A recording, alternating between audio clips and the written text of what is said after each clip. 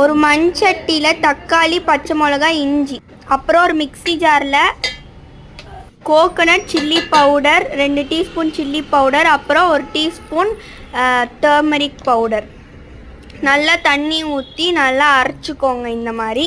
இப்போ அந்த பாத்திரத்தில் கொஞ்சம் தண்ணி ஊற்றிக்கோங்க, புளி தண்ணி ஊற்றிக்கோங்க. அது நல்லா கொதிச்சு வரட்டும், அந்த சூடுலே நல்லா கொதிக்கும் அது. இப்போ கொஞ்சம் கல்லுப்பு போட்டுக்கோங்க. அப்புறம் அந்த அரைச்சி வச்ச பேஸ்ட் ஃபுல்லாக போட்டுக்கோங்க. போட்டு கொஞ்சம் கொஞ்சமாக போட்டு மிக்ஸ் பண்ணி லைட்டாக தண்ணி ஊற்றிக்கோங்க. இப்போ அது நல்லா கொதிக்கட்டும். கொதிச்சு வரத்துக்குள்ளே நம்ம தாளிப்பு ரெடி பண்ணுறதுக்கு கோகனட் ஆயில், கடுகு, அப்புறம் கொஞ்சம் சின்ன வெங்காயம் போட்டு நல்லா மிக்ஸ் பண்ணி விட்டுக்கோங்க. இப்போது அந்த தாளிப்பை எடுத்து இதுக்குள்ளே போட்டுக்கலாம்.